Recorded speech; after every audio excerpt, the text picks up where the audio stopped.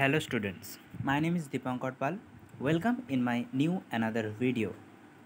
UGC net preparation with Dipankar চ্যানেলে তোমাদের সবাইকে স্বাগত জানাই এবং আমি দীপঙ্কর পাল তোমাদের এডুকেটর ইউজিসি নেট এসএলএসটি এবং ওয়েস্ট বেঙ্গল সেটের জেনারেল পেপার এবং জিওগ্রাফির ক্লাস আমি নিয়ে থাকি।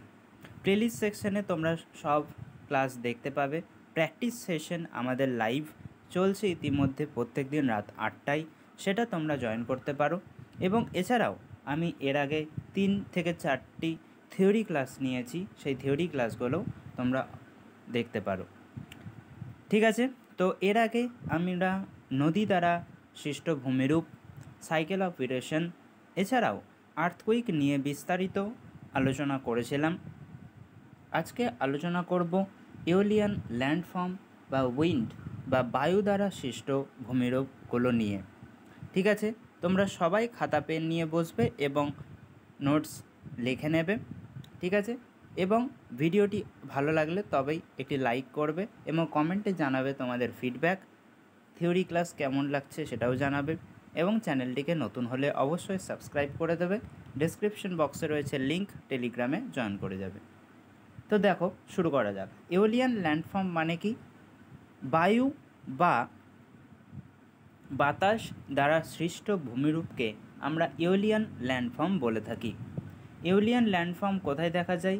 মেনলি দেখা যায় শুষ্ক অঞ্চলে বা শুষ্ক প্রায় অঞ্চলে আমরা ইওলিয়ান ল্যান্ডফর্ম বা এরিড অঞ্চলে, মরুভূমির অঞ্চলে আমরা ইওলিয়ান ল্যান্ডফর্মগুলো দেখতে পাই। এখানে ইরোশনাল ল্যান্ডফর্মগুলো দেওয়া আছে, দেখো পরে বিস্তারিত আলোচনা করছি। ডিপ্লেশন বেসিন বা blow out, inselberg, mushroom rock, demoiselles, zeugen, yardang, dreikanter, stone lattice, bridge window. এছাড়াও বেশ কিছু সঞ্চয়জাত ভূমিরূপ বা ডিপোজিশনাল ল্যান্ডফর্ম রয়েছে। স্যান্ডিউন বারখান, লোয়েস এবং গ্যাসিলস স্যান্ডলেস করিডর গ্যাসি। এবং ল্যান্ডফর্ম বা ভূমিরূপ by water in arid region, শুষ্ক বা শুষ্কপ্রায় অঞ্চলে বায়ুর সাথে সাথে যখন জল মিলিত হয়ে যে ভূমিরূপগুলো সৃষ্টি করে সেগুলোর মধ্যে রয়েছে ব্যাডল্যান্ড টোপোগ্রাফি, প্লায়া, ওয়াজাদা, বলসন এবং পিডমেন্ট। এই প্রত্যেকটা ল্যান্ডফর্মগুলো তোমরা খাতাতে লিখে নেবে অবশ্যই, কারণ এই থেকেই কিন্তু কোয়েশ্চেন্স আসে বা আসবে। পরবর্তী স্লাইডে দেখো যে ডিপ্লেশন বেসিন বা ব্লো আউট কী।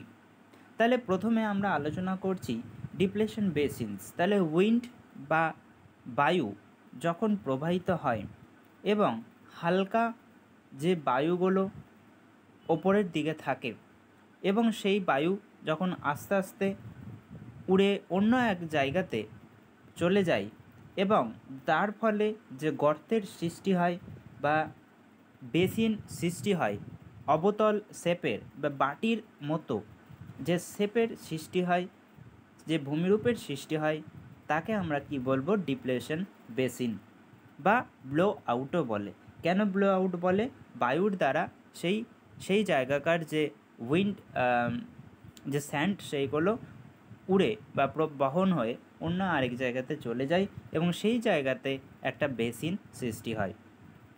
পরবর্তী দেখো ইনসেলবার্গ। ইনসেলবার্গ কি?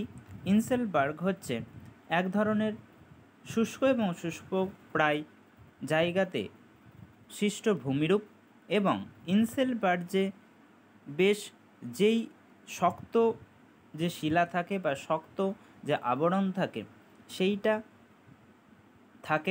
সেইটা স্থির হয়ে দাঁড়িয়ে থাকে এবং তার চারপাশে যখন বায়ু কাজ করে এবং ক্ষয় করার ফলে সেই শক্ত বা কঠিন শিলার